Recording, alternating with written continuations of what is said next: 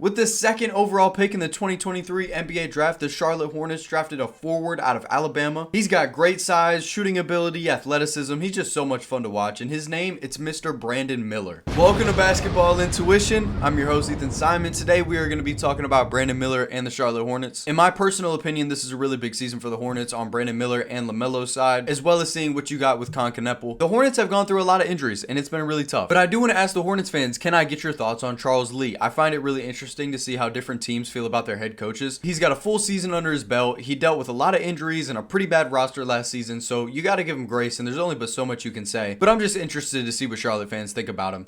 It's the first time y'all see me with the glasses on, so bear with me today. We're going to be diving into Brandon Miller's game today, as always. We're going to start with his build, the playmaking, ball handling, shooting, finishing, defense, all that stuff. Okay, so Mr. Brandon Miller is 22 years old, turning 23 before the end of the year, somewhere in November, I'm pretty sure. Now, we look at his measurements, and we're not exactly sure how tall he really is, but he's somewhere around 6'9", but he does have a 7'2" wingspan. He's got great size. His size and length and his athleticism allows him to be very versatile. And then if we really look at that athleticism, we're looking at a 38-inch vertical at 6'9". That's ridiculous. He is a freakish athlete. I'm sure you've probably seen the video of him jumping over a kid in high school. If you look at his NBA.com page, it's got him listed at 6'7", 200 pounds. Both of those are cap. He was drafted somewhere around 200 pounds. There's no way that he's put on zero weight. So if we had to throw a guess out there, I'm thinking probably somewhere around 215. I could be very wrong, but 210, 215, probably somewhere around there. And that's going to be a really big part about his progression. Can he put on more weight? Can he put on more strength? It's going to help him in every single area of his game when it comes to him getting downhill, finishing at the rim, shot creation, defense, all those things. It's all going to help him out. So now let's get over to the playmaking and ball handling side of things. If you are not aware, he tore a ligament in his right wrist and his season was cut very short, only 27 games. And I'm sure while his right wrist was all busted up, he was probably working out a lot with that left hand. And to me, that is very, very good. His handle is already really great for his size. Right and left hand is really good. But of course, his left hand is going to be weaker than the right hand, as most every single player is. But it definitely seems like he prefers to go right. Obviously, he can go left. He's a great player. But I'm excited to see that growth after the offseason. Again, his handle is already really great for his size, but I'm sure it just got even better. You know, some of my favorite things with his handle is going to be like his crossover, the spin move, the step back. Overall, he's really just a great shot creator, especially on the perimeter. And on the inside, he's got the step throughs. He can play off of 2 feet pretty well. He doesn't do it as often as I wish he did. I wish he played off of 2 feet more in that mid-range area. But whenever he is there, he does a great job. Now, I will say when it comes to his speed off the dribble, he doesn't really have that same burst. It's like, for example, people throw the Paul George example out there plenty.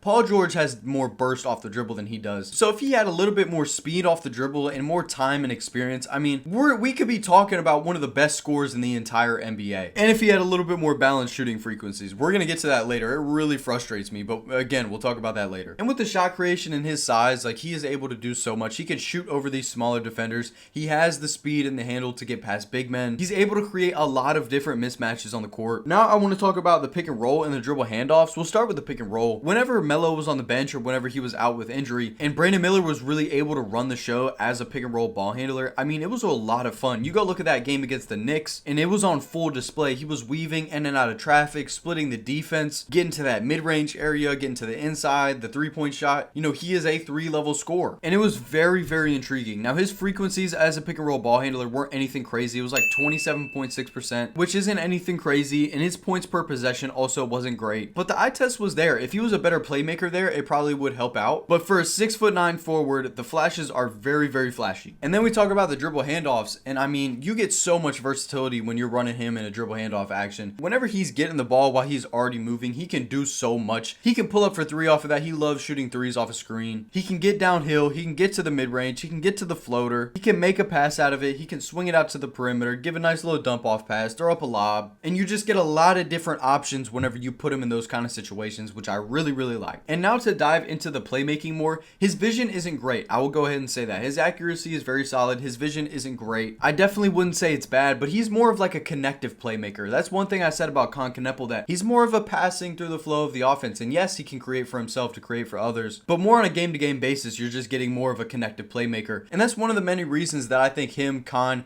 and LaMelo are going to work so well offensively on the court together. They really are a match made in heaven. Again, offensively, that is. But he is a very willing passer. I don't feel like he's a ball hog or anything like that. Yes, he takes a lot of shots, but that's what he's out there for. He's Brandon Miller. You want him to shoot the ball. Specifically, I thought he made some really good passes whenever he was attacking closeouts. That's one thing that I thought he did really great, and we're going to get into that a little bit more later. But I thought he attacked closeouts really well, made some really great passes out of it, being able to draw a lot of attention as an offensive player, getting downhill. And then the last thing for the playmaking and the ball handling, I probably could have had more to talk about for this, but I just don't feel like I have but so much to say. He was turning the ball over way more in his second year than he was his rookie season. He went from 1.8 turnovers in his rookie year to 2.8 turnovers this last sophomore season. And if we're being honest, a lot of them were just bonehead turnovers. But overall, I will say the playmaking definitely got better this last season compared to his rookie year. If we look at some percentages, I mean, he went from 14th percentile assist to usage to 58th percentile, assist percentage 53 percentile to 86 percentile. But yeah, if that playmaking continues to grow like it is, I mean, we're just going to be talking about a complete threat all around offensively. But yeah, not a very flashy playmaker, but it's there and you got to respect it. Hey there.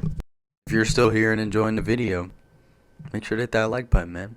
So now let's get to the shooting side of things. I'm very excited for this because this is where we're going to spend majority of our time today. When we talk about the jump shot mechanics look really, really good. He's got a super consistent release point. He's able to shoot the ball from so many different places. He has very deep range. He can shoot in the mid-range, shoot right up on the three-point line, can shoot 4 feet behind the three-point line. He's got all of that. Now, before we really start diving into these percentages and stuff, I want to talk about his shot frequencies because I'm not going to lie, it really frustrates me. For a 6'9" forward, it really frustrates me. I'm going to put it up on the screen, his shot frequencies. So if you're looking at it, you look at the right side, his rookie season, 43% of his shots were three-pointers. And then this last season, 56% of his shots were three-pointers. And if I'm being honest, for his size, I really don't like it. When I see 16% frequency at the rim, that's what really frustrates me. You are 6'9". You better get to that basket. When we talk about the mid-range, his mid-range looked so good that rookie year, and he was getting there so often, super efficient. But he took the mid-ranges and just turned that into threes. Now, yeah, great, cool. But if you know me, you know I love the mid-range game. And when I see a guy take away so many mid-ranges and turn those into threes, especially at his size, it just frustrates me because he's able to get such easy shots off in the mid-range because he's just longer and taller than a lot of guys. So the mid-range drop, the rim frequency drop, the corner threes drop, the long mid-ranges drop, short mid drop, and he basically just replaced all of that with threes from above the break. Now, of course, we can take it all with a grain of salt, as well as every percentage that we're going to look at today. You got to take it with a grain of salt because he only played 27 games, and a lot of guys will struggle early on and then get better post All-Star break or better in the calendar year, so there's only been so much I feel like we can say. But still, this was something that I didn't love. Now, this is very subjective. Maybe you think this is a great thing that he turned up his threes, and let me know if you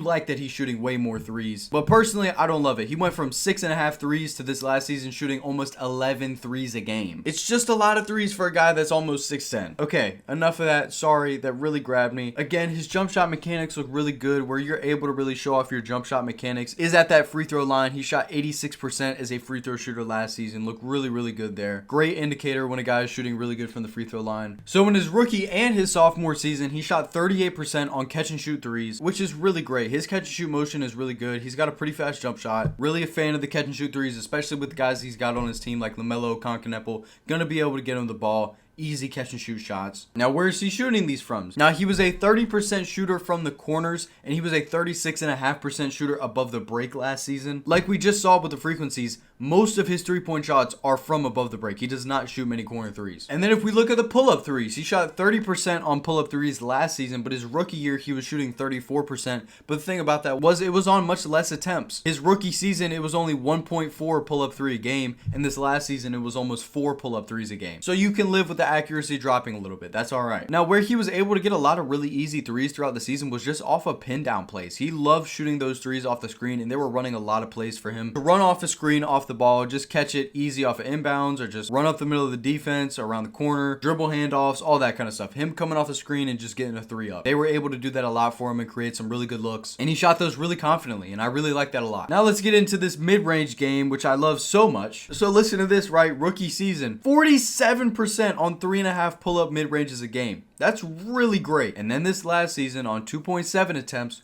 32.4%. He shot way worse in the mid-range this last season than he did his rookie year. Now, why that is, I'm not exactly sure. Maybe because he was shooting them so much less, and maybe that's why he went out to the three-point line, because he wasn't feeling the mid-range. But whenever he's getting to that mid-range, his mid-range pull-up looks so good. I really love the bump mid. He's using his shoulder to get a little bit extra space to get the shot off, and he's just able to use his length to shoot over guys. He's able to shoot over big men in the mid-range, able to use his size and his length to get to that quick pull-up. But I feel like he could be such a dangerous face-up player, but again, they just don't really give him any opportunities in that area. A lot of it, whenever he's getting to that mid-range, is just pulling up there, trying to get downhill, and then just nice little pull-up. Sometimes a little fadeaway. And the last thing for the shooting that I wanted to talk about was he's not afraid to shoot the ball, especially in the clutch. For the Hornets last season, he had the highest field goal percentage in the clutch. I mean, for example, if you go look at the overtime game against the Pistons that was earlier in the season, I mean, that was a complete masterclass. Now, this will be a great place for us to transition over to the finishing side of things, but we're going to transition with transition play. That's a lot of transition in 5 seconds. But I did just want to talk about this real quick before we get to him getting to the rim. He is one of the most dangerous transition players, offensively and defensively, that I've ever covered. If you catch this guy coming down the lane, he will dunk on you. If you catch him with a full head of steam, he will dunk on you. LaMelo will throw him a lob from half court, and he will throw it down. Defensively, he will come and try and get a chase down block on you with his size, length, athleticism. And I'm not going to do a whole section on that, but I just wanted to highlight it. Put it on the radar. Insane transition player. Now let's talk about the finishing. Again, there's only but so much we can talk about here because, again, his frequencies, he's not getting to the rim that often. Now, why is he not getting to the rim? One of the reasons I mentioned earlier, he definitely could use a little bit more burst off the dribble. Another thing, he could also really use some more muscle whenever he's trying to get to and especially finish at the rim. He can get so creative when he's attacking and getting downhill, and he's so much fun to watch. And another thing that I notice about his finishing, and I'm sure you're going to notice this if you really look at it, as I'm showing you these clips, I personally like guys that are more of, I'm going to go through your hip, not go around you. Brandon Miller is a I'm going around you type guy. He's not dribbling straight on a line trying to go through your hip. He's just trying to go around you a lot of the time. And whenever he puts some more strength on and he's able to get into that bully ball era, I feel like we're really going to be cooking when we're getting downhill. But that is one thing that I noticed that I really don't love. But whenever he was doing stuff like that, I thought he looked really good. Those little bump finishes, bump, give me enough space to get my floater off, bump, give me enough space to get to the rim. I thought he looked really good there. So I just want to see him do stuff like that more. But the good things that I do like about his finishing, one thing that I mentioned earlier, attacks closeouts really, really well. You got to respect his jump shot, so you got to close out. He's able to do a lot of different things when he's attacking that closeout. He's able to get downhill, get to the floater, get to the mid-range, get to the basket, make a nice pass out of it. So that was a place that he was very dangerous at. Again, he is very creative when he is attacking and getting downhill, and a lot of the time he's able to get down there, but the question is he going to be able to finish it? If we're being honest, his touch around the rim is very, very mid. Whenever he is finishing at the rim, I feel like he uses his length very well when he's getting downhill and finishing like in general, but when it comes to bigger, stronger defenders, and he's like super contested, body to body, he doesn't do as good of a job unless he has a lane. Like if he has a lane to get downhill and he's got a full head of steam, then he's going to be able to finish pretty well most of the time. But whenever it's like a slower pace type situation and there's a big down low that's really putting body to body against him, he struggles to finish that way. One place where I really like the finishing, I think I already mentioned this a few times, the floater game looks really, really good, and with his length, it is very dangerous. He can put it high off the glass, straight into the basket, just go over top of longer defenders and bigger defenders, because he is one himself. He is a bigger guy with long arms. So whenever he puts that floater up there, there's only but so much you could do about it because he's getting so high up in the air. And one thing I thought was interesting was he was getting to the free throw line more last season, even though he was getting to the rim less than his rookie year. I thought that was very interesting. Also, his and-one rate plummeted last season. His and-one percentage was 31%. If you don't know what that means like getting fouled on a shooting foul, he made the shot 31% of the time. And then this last season, it was 17.6%. It just plummeted. It's not a perfect indicator of how well a guy finishes through contact. And especially with the eye test, seeing that he doesn't finish through contact very well. Now, he does finish, again, over longer defenders really well, but contact body to body is definitely not great. And we'll stop here for a second to say, before we get to the defense side of things, I'm being very critical today. Yes, I am. I realize that. And I don't mean to be, because there's so much to like about Brandon Miller's game. He is such an explosive scorer.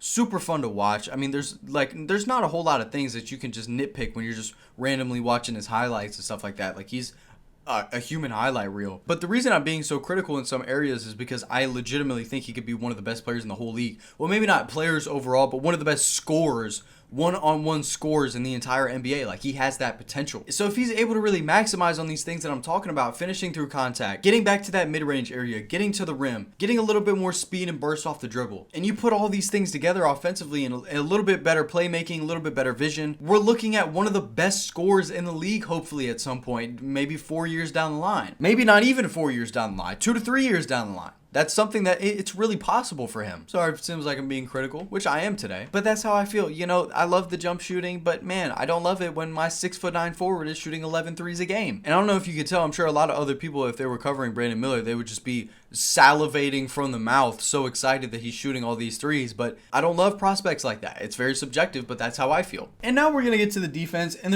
we're not going to spend but too much time here because a lot of the stuff here is, I don't even know. I'll just start talking. If he was more engaged and not so nonchalant on defense, he would be so much better. He has the size. He has every possible tool that he needs to be just completely elite defensively. Other than a little bit more strength. That's one thing that I talked about earlier. He definitely needs some more core strength for defensive purposes. Players can just put their shoulder down to him and get an easy shot off. But a big thing about defense, and I've talked about this many times before, not as much recently, but whenever you are around better defenders, when you are a good defender on a good defensive team, it makes you and your team better defensively. Brandon Miller is on a god-awful, garbage defensive team. The Hornets don't play defense. And you look at their big three and their big men, I mean, there is not a whole lot of defense. You look at LaMelo Ball, Con Kneppel, Brandon Miller. I don't even know who's going to be their starting five this year. We're going to look at the depth chart in a minute. Miles Bridges. Is it Mason Plumlee? Is that who their starting five is going to be? Yeah, this team doesn't play defense. So that's a really big thing. If they were able to be a good defensive team, it would help him out. They're able to cover for each other. They're able to be really switchable. But that's not really the case. You're kind of just depending on Josh Green and Brandon Miller to strap up. But I'll go through a bunch of things that I do like about him defensively. He's got good active hands. He uses his arms really well in the passing and the driving lanes because he got that crazy wingspan. He's able to get really easy strips and tips on the help side. But the problem is on the help side is his defensive effort is not very consistent, especially on the help side. Just as an off-ball and help side defender, there are a lot of times where he's kind of just lazy and he has very mid anticipation. It's not terrible. It's not great. It's very mid. He is fairly switchable. He can really guard 2, 3s, and 4s. Smaller point guards like a Jalen Brunson is just quicker and able to just get right past him. And then big men like a Evan Mobley, if you go watch that Cavs game, Evan Mobley was just doing what he wanted with him at times. And then another really big problem is he fouls way too much. Rookie season, 2.5 fouls a game. Last season, 2.7 fouls a game. He's a very undisciplined defender. He comes off of his feet way too often. I'm going to put a play up on the screen where I was like, I don't even know what he was thinking, why in the world he came up off his feet on this play. Forgot to mention this. This is a good thing. I actually thought that he navigated screens pretty well whenever he was trying to. Two more things. He's able to be a shot blocker. He's got the length and athleticism to be a chase down threat, to get easy blocks in the half court. And then also I felt like his closeouts were actually good. I felt like he had very good, hard controlled closeouts at times. And that was one thing that I did really, really like to see. But that's really all I had to talk about the defense. As an interior defender, he needs more strength. As a perimeter defender, against forwards, I feel like he does a really good job there. But against guards, there's only but so much he can do. He doesn't have the foot speed as they do. But he does have the length and size to make up for it at times.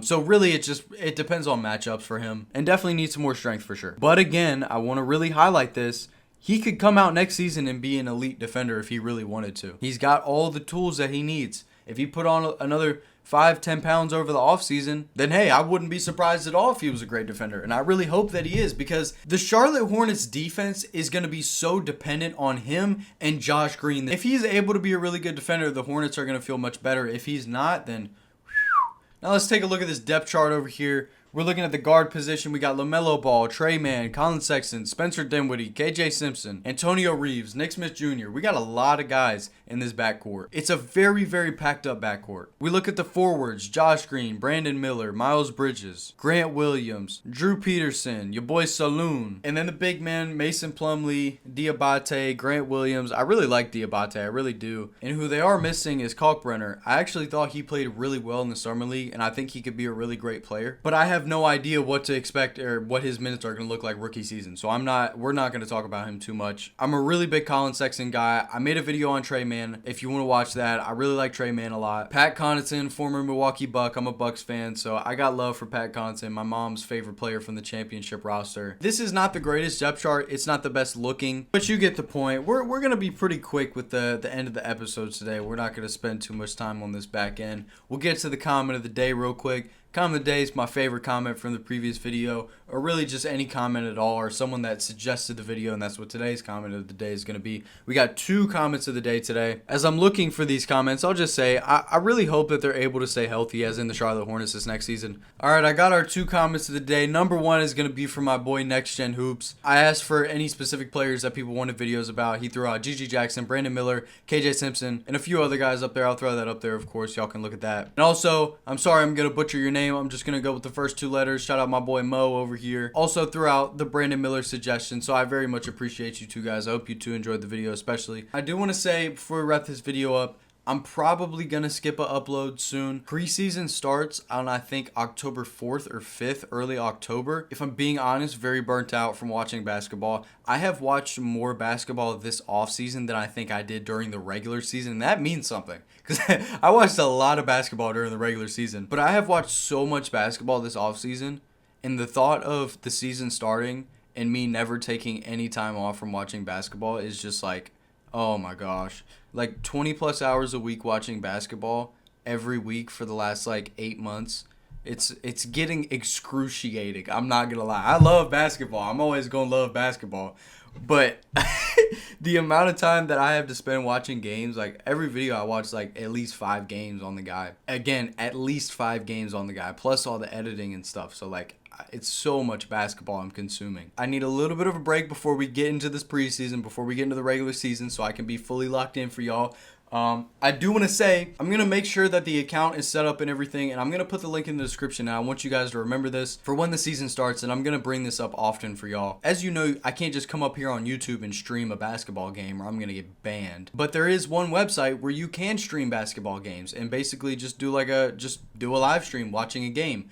That is called Playback TV. I have created a Playback TV account. I think the goal is for next season is just going to be, you know, I'm not going to say every night or every other night, but at least probably 2 nights a week. Obviously those nights I'm going to be watching basketball. So I figured that the games that I'm watching, I could just stream it and y'all can watch the games with me. So if that is something that you're interested in, I'm going to put the link in the description. I'm going to figure out how to make it all work and everything. And we're going to be streaming on Playback TV. You can't do nationally broadcasted games. It can only be on League Pass. So that's just what we're going to do. We're going to come up there once or twice a week, watch some games together, good vibes, diving in these games together. I figured I could just bring y'all along with me. Because I get bored sometimes when I'm watching games by myself. I'm sure y'all can relate. I'm just sitting down and watching random League Pass games. It gets kind of boring sometimes. Add to the community level that we got going on here. So again, I'll put the link in the description. Also, as I'm taking a quick little time off from posting on the main channel, I will still be posting on the second channel. I will probably try and put a video up tomorrow that I already filmed a while ago. It's a fairly short video, so I think I'll be able to edit that probably tomorrow or later today. It's just going to be 2K content over there right now. So I still will be posting over there over the next week or so, and I'll be posting more over there because I'm just taking a break from watching all this basketball, but I'm still going to be like playing 2K and stuff. Second channel is Ethan Intuition. Link is in the description. We're going to have a bunch of links in the description. My Instagram, my Playback TV, my second channel. I'll put the Tre Mann video up right here if you want to watch that video. It's from a while ago. I'm sure it's probably fine. I did Con Kneppel too. Link in the description. Make sure to check that out. But yeah, man, I love each and every single one of y'all. Your support always, as always, it means the world to me. I hope you're all doing well. I'm doing pretty solid. Just a little burnt out, but we press on. Shout out to Cash Nasty. Shout out to the big man above. And yeah, man, I'm gonna see y'all in the next video. Take care. Deuces.